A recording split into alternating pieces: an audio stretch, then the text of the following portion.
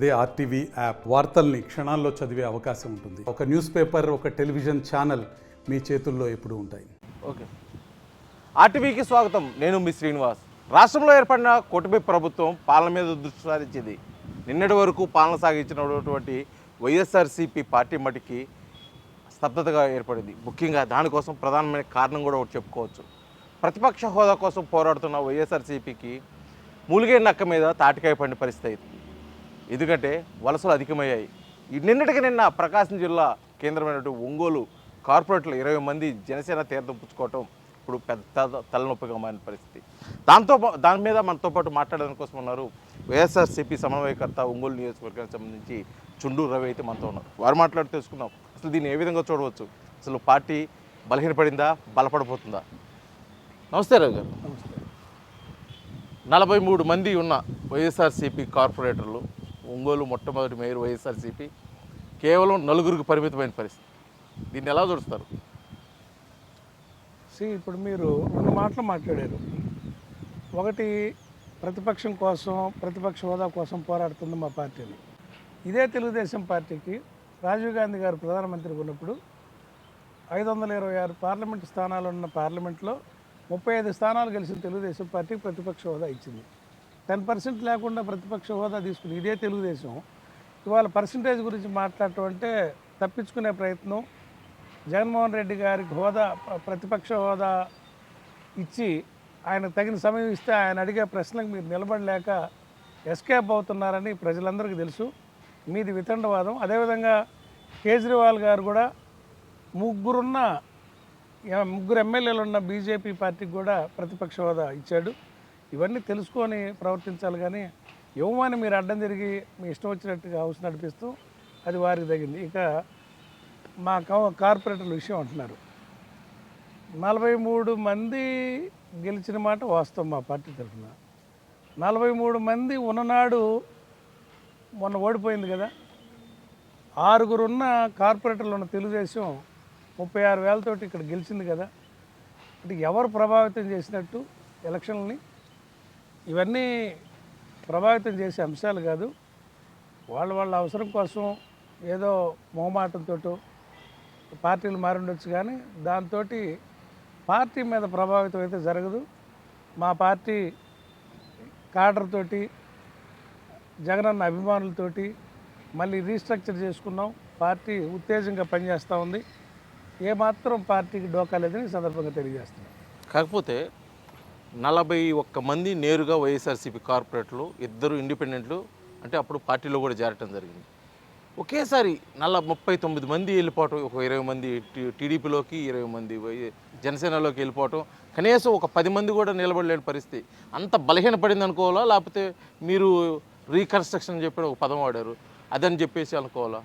ఇప్పుడు అదే నేను ఇప్పుడు మీకు చెప్పిన మాట, 43 మంది, 41 ప్లస్ ఇండిపెండెంట్ వీళ్ళందరూ ఉన్నప్పుడు పార్టీ 36,000తో ఓడిపోయింది. అదే ఉన్న నాయకుడు 36,000తో ఓడిపోయాడు. ఇప్పుడు వాళ్ళలో అధికారం మారాక సగం మంది తెలుగుదేశం ముందుగానే వెళ్ళారు. ఇంకా సగం మంది నేను వస్తాను, మీరు ఉండండి, నాతో రండి అని చెప్పి ఆయన ఉంచుకొని తీసుకెళ్ళాడు. ఈ 6 నెలల్లో గవర్నమెంట్ మారిన కాడి నుంచి ఇప్పుడు వెళ్ళిన వాళ్ళు ఎవరు కూడా పార్టీ ఆఫీస్కి రాలేదు. పార్టీ ఆఫీసులో మేము ఉంటామని చెప్పలేదు. జగన్ గారిని కలవడానికి కూడా రాలా.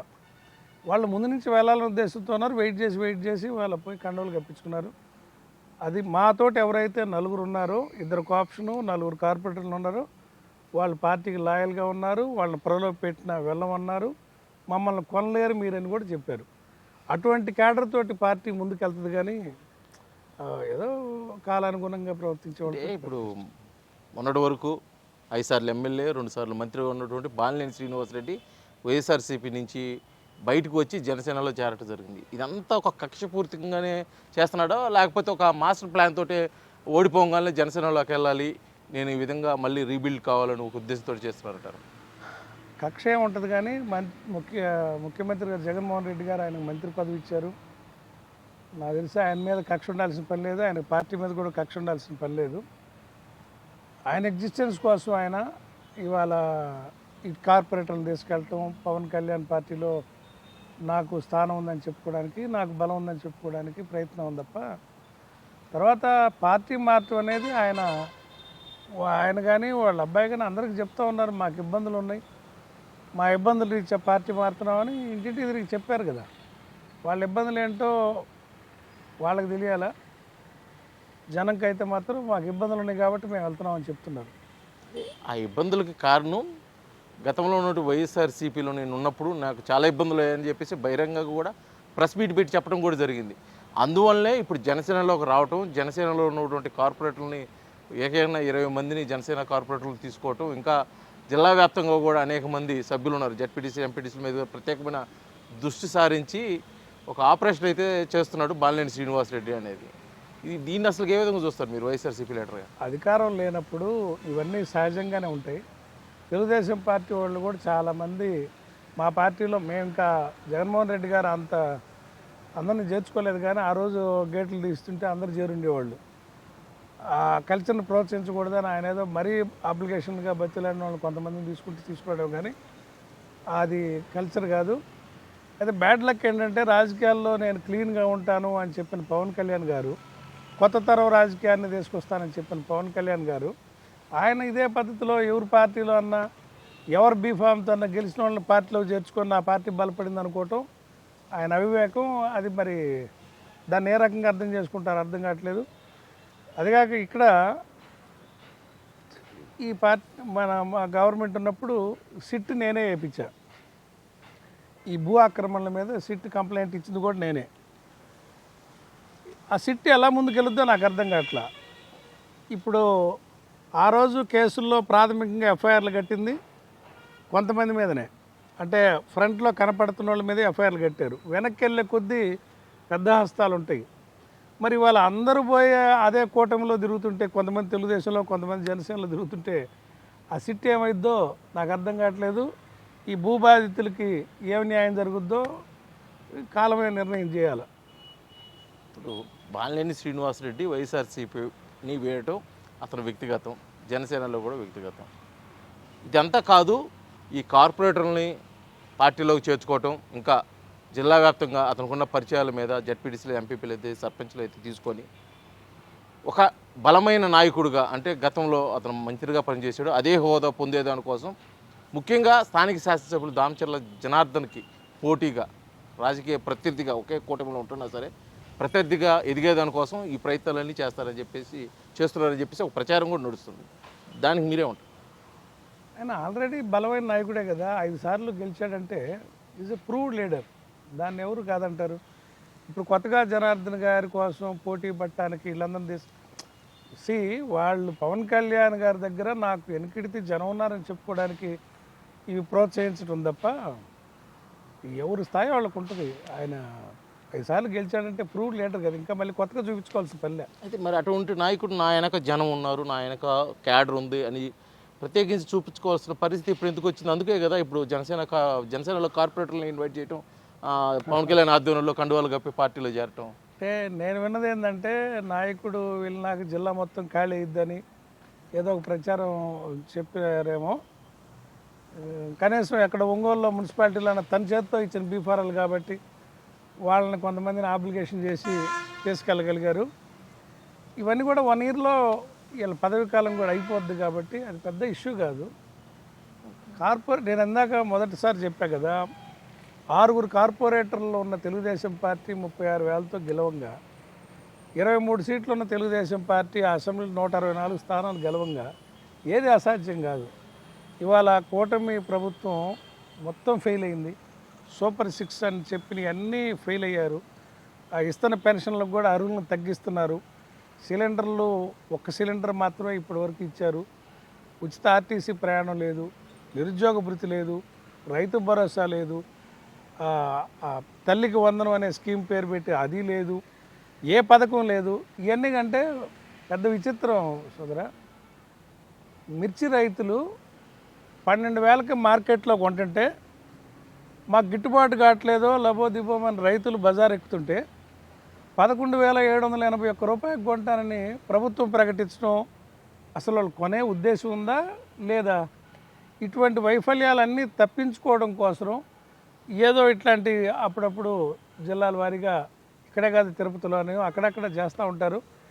అవన్నీ కూడా అల్టిమేట్గా చూస్తే ఇవన్నీ ప్రజలకి అవసరమైన విషయాలు కాదు. ఇవి ప్రజలకు అవసరమైన విషయాలు, ప్రభుత్వం చేస్తున్న వెల్ఫేర్ ఏంటి, ప్రభుత్వం అనుసరిస్తున్న విధానాలు ఏంటి, వాళ్ళు ఫెయిల్ అయ్యి అబద్ధాలు ఆడుతున్నారా, నిజం చెప్తున్నారా అనే దాన్నే గమనిస్తారు తప్ప ఈ పార్టీ ఫిరాయింపులు వీటి మీద పెద్దగా ప్రజలకు ఆసక్తి ఉండదని కూడా నేను తెలియజేస్తాను. మీరు చెప్తుంది పార్టీకి అంటే పార్టీ సైడ్ చూడని వాళ్ళకు, ముఖ్యంగా ఓట్లేసి గెలిపించిన కార్పొరేటర్లు బాలినేని శ్రీనివాస్ రెడ్డి బీఫామ్ ఇచ్చి వాళ్ళని గెలిపించుకున్నాడు అని చెప్పేసి మీరే అంటున్నారు.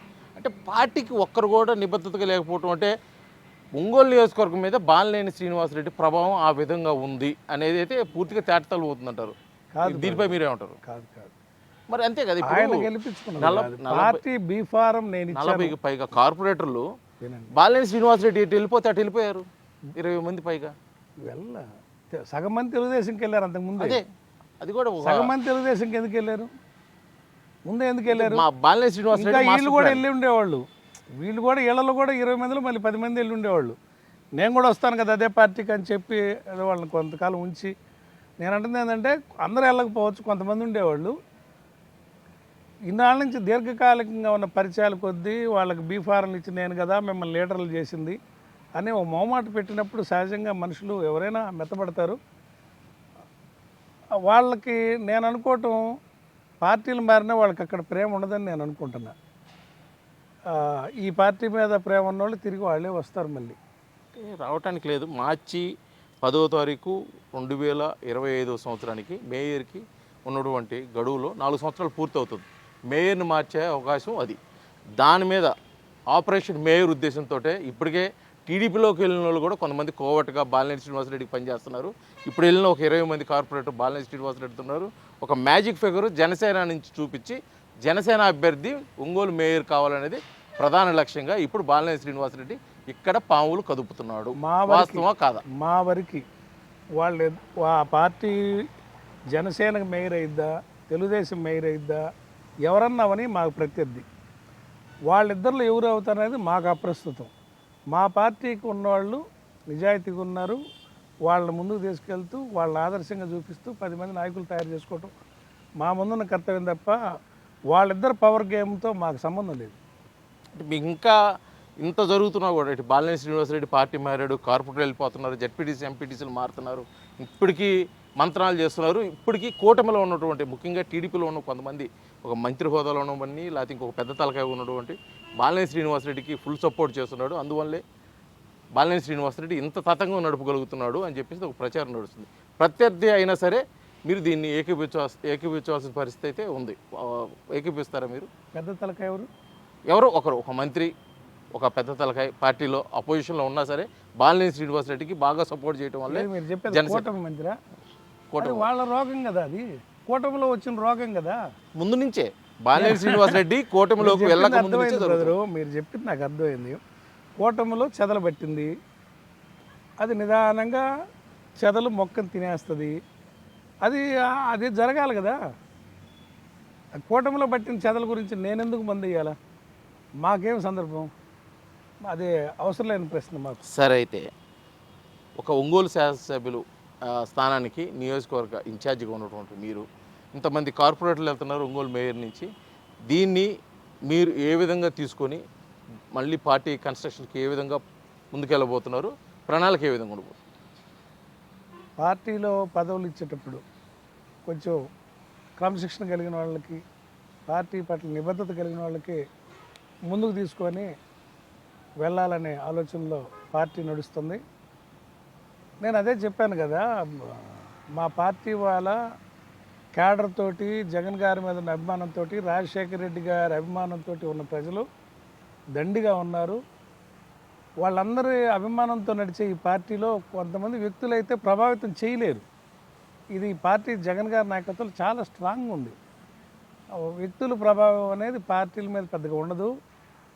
ఎన్నికల నాటికి వచ్చేసరికి పార్టీలు అనుసరించే విధానాలు, మేనిఫెస్టోలు, వాళ్ళు నడిచిన నడవడిక, వీటిని బట్టి ఎన్నికలప్పుడు ఉంటుంది తప్ప ఇప్పుడే దీన్ని పెద్ద సీరియస్గా తీసుకోవాల్సిన అవసరం లేదు అన్న భావన.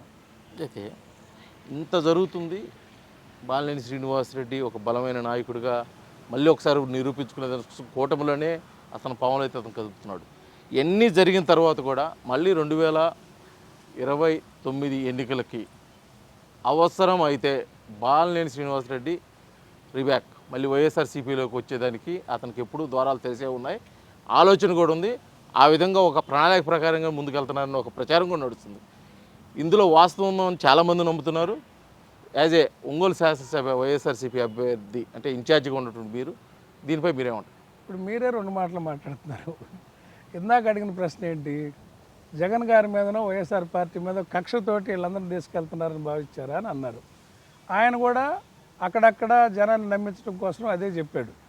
మరి జగన్మోహన్ రెడ్డి గారు ఆయన మోసం చేస్తేనో ఆయన బాధ పెడితేనో ఈ వైఎస్ఆర్ పార్టీ అవమానిస్తే పవన్ కళ్యాణ్ గారి పంచం చేరి బాగా చల్లగా ఉంది, చాలా మంచి నాయకుడు అని చెప్పిన మనిషి మళ్ళీ ఇటు పెడితేందుకు? ఎక్కడో చోట సుఖంగా నీడ పట్టుకున్నామండి, మళ్ళీ ఇటు ఎందుకు అటు ఎందుకు? దాంట్లో మీరు చెప్పిన సమాధానంలోనే ఒకటి తీసుకుంటాం. ఎవరు ఇది కాదు, ఇతను ఎప్పుడు ఇక్కడికి అవమానం ఏం జరగలేదు అని చెప్పేసి మీరన్నారు. ఆ ప్రశ్న ఆ సమాధానం దృష్టి పెట్టుకొని ఒకవేళ వెనక్కి వస్తే, ఎందుకంటే ఇప్పుడు దాకా జరిగింది మీరు కార్పొరేటర్లకు ఇచ్చింది, భూ ఫామ్ ఇచ్చింది వైఎస్ఆర్సీపీ పార్టీ నుంచే ఇచ్చారు. అటువంటి వాళ్ళే వెళ్ళి మళ్ళీ అవసరమైతే వాళ్ళే వస్తారు, బలమైన నాయకులు తయారవుతారు, దీంట్లో ఎవరు ఉండేది కాదు పోయేది కాదని మీరు చెప్తున్నారు. ఆ సమాధానం దృష్టిలో పెట్టుకొని బాలినేని శ్రీనివాసరెడ్డి మళ్ళీ వైఎస్ఆర్సీపీలోకి ఎన్నికల ముందు వస్తే ఆయన తిరిగి రాదలుచుకుంది లేని ముందు ఆయన అడగండి. ఆయన వస్తానన్నప్పుడు మన సమాధానం చెప్తున్నాం. ఓకేనా? సరే, ఓవరాల్గా ఈ మొత్తం విషయం బాలినేని శ్రీనివాసరెడ్డి ఒక ఎమ్మెల్సీ ఒక మంత్రి పదవి కోసమే చేస్తున్నారని చెప్పేసి అన్నారు. అటువంటి సమాచారం మీ దగ్గర ఉందా, లేకపోతే దీన్ని కూడా ప్రశాంతంగా సమాధానం దాటివేసే ప్రయత్నం చేస్తారు? ఇక్కడ ఏ ప్రశ్నకి నేను సమాధానం దాటేలా. ఆయన సూటిగా అయితే సమాధానం చెప్పేదండి. నేను ఆయన ఎగ్జిస్టెన్స్ కోసం పార్టీ మారాడని చెప్తున్నా. ఆయన అంతటా ఆయనే చెప్పాడు నాకు ఇబ్బందులు ఉన్నాయి అనో, లేకపోతే ఇంకేమైనా కేసులు వస్తాయనో, ఎందుకు పోయారో ఆయన ఇబ్బందులకు వద్దని వాళ్ళ అబ్బాయి చెప్తున్నాడు. ఆయన కూడా చెప్తున్నాడు మా ఇబ్బందులకు వద్దని మమ్మల్ని అవమానించాను. ఆ ఇబ్బందులు ఏందో మా కాడర్కి అయితే తెలియదు. మీరు అంటున్నారు కదా కేసులు వస్తే ఏమన్నా అంటే, ఏ కేసులు రావుతుంటారు, ఏం చేస్తున్నారు ఏం తెలియదు కదా. ఇప్పుడు మొన్న ఇక్కడ రిమ్స్ కాడ గొడవ చేసుకున్నారు, కొట్లాట్లు జరిగినాయి. తీరా చూస్తే ఛార్జ్ షీట్లో వాళ్ళ పేర్లు లేవు, కార్యకర్తల పేర్లు ఉన్నాయి, వాళ్ళ పేర్లు లేవు. మరి దాన్ని ఏమనాలా? అట్లాంటి చిన్న చిన్న కేసులకి బాలినేని శ్రీనివాసరెడ్డి కాదు కదా, చిన్నదో పెద్దదో. నువ్వు కూటమిలోకి వెళ్ళావు కాబట్టి ఛార్జ్ షీట్లో మీ పేర్లు తొలగించారు. మేము వెనకడితే మిమ్మల్ని నమ్మి వచ్చిన కార్యకర్తల పేర్లు తొలగిలేదే. మరి అట్లాంటి కేసులు ఇప్పుడు ఆ వెంగంపాలెం కాడ ఏదో గొడవ జరిగింది బూత్ కాడ, అట్లాంటివన్నీ ఉంటాయి కదా. వాళ్ళకి ఏ కేసులు అవో పెద్ద కేసులో చిన్న కేసులో తెలియదు. వాళ్ళకి ఏ ఇబ్బందులు ఉండి వాళ్ళు వెళ్ళారో వాళ్ళ ఇబ్బందుల కోసం వాళ్ళు వెళ్ళారని చెప్పారు. సరే, ఇప్పుడు వరకు జరిగిన ఈ పరిస్థితుల్ని దృష్టిలో పెట్టుకొని వైఎస్ఆర్సీపీ నాయకుడిగా మీరు ఒంగోలులో మళ్ళీ బలపడేదాని కోసం ప్రణాళిక ఏ విధంగా ఉండబోతుంది అనేది క్లియర్గా 2 ముక్కల్లో చెప్పగలరు? ప్రణాళిక మా పార్టీ నేను బాధ్యత తీసుకున్నాక కొన్ని కార్యక్రమాలు జరిగినాయి, మీరందరూ చూశారు. విద్యుత్ ఛార్జీల మీద, రైతుల్లో వారికి ధాన్యం మీద చూశారు. జనం ఇంతకుముందు ఇప్పుడు లేనంత జనం వచ్చి ధర్నాలకి కలెక్టర్ ఆఫీసులకి జనం వచ్చారు. కార్యక్రమాలు సజావుగా జరుగుతున్నాయి. పార్టీ క్యాడర్ కూడా ఉత్సాహంగా ఉన్నారు. రేపు అదేవిధంగా భవిష్యత్తులో కూడా ప్రభుత్వ వైఫల్యాలను మేము ఎండగడతాం, ప్రజల్లో పక్షాన్ని మేము పోరాడతాం, వైఎస్ఆర్సీపీని విజయం పదం వైపు నడిపిస్తామని తెలియజేస్తాం. ఇది ఒంగోలు అసెంబ్లీ స్థాన వైఎస్ఆర్సీపీ ఇన్ఛార్జిగా ఉన్నటువంటి చుండూరు రవి తెలియజేస్తుంది ఏంటంటే, కార్పొరేటర్లు పార్టీ మారటం, బాలినేని శ్రీనివాసరెడ్డి మాజీ మంత్రి పార్టీ మారటం అతను వ్యక్తిగతం. మేమైతే పార్టీ బలోపేతానికైతే మంచి క్యాడర్ని అయితే రెడీ చేస్తున్న పరిస్థితి ఇక్కడ ఒంగోలు నియోజకవర్గం నుంచి ఉంది. అదేవిధంగా రాష్ట్ర వ్యాప్తంగా వైఎస్ఆర్సీపీ క్యాడర్ బలంగానే ఉంది, ఎవరు ఎటు వెళ్ళిపోలేదు. కొంతమంది కొన్ని అవసరాలు వారి సొంత ప్రయోజనాల కోసమే పార్టీ మారుతున్నారు, అదే వారి వ్యక్తిగతం. ఇటువంటి నిర్ణయం అయినా సరే వైఎస్ జగన్మోహన్ రెడ్డి తీసుకునే నిర్ణయం మీదే వైఎస్ఆర్సీపీ క్యాడర్ అయితే పనిచేస్తుంటుంది అని చెప్పేసి కూడా చుండూరు రవి అయితే మనకు తెలియజేస్తున్న పరిస్థితి ఇక్కడ ఉంది. వీడియో జర్నలిస్ట్ లక్ష్మణ్తో శ్రీనివాస్, RTV, ఒంగోలు, ప్రకాశం జిల్లా. మరిన్ని వీడియోస్ కోసం ఛానల్ ని సబ్స్క్రైబ్ చేయండి. లేటెస్ట్ అప్డేట్స్ కోసం వాట్సాప్ ఛానల్ ని ఫాలో అవ్వండి. అండ్ లింక్ డిస్క్రిప్షన్ లో ఉంది.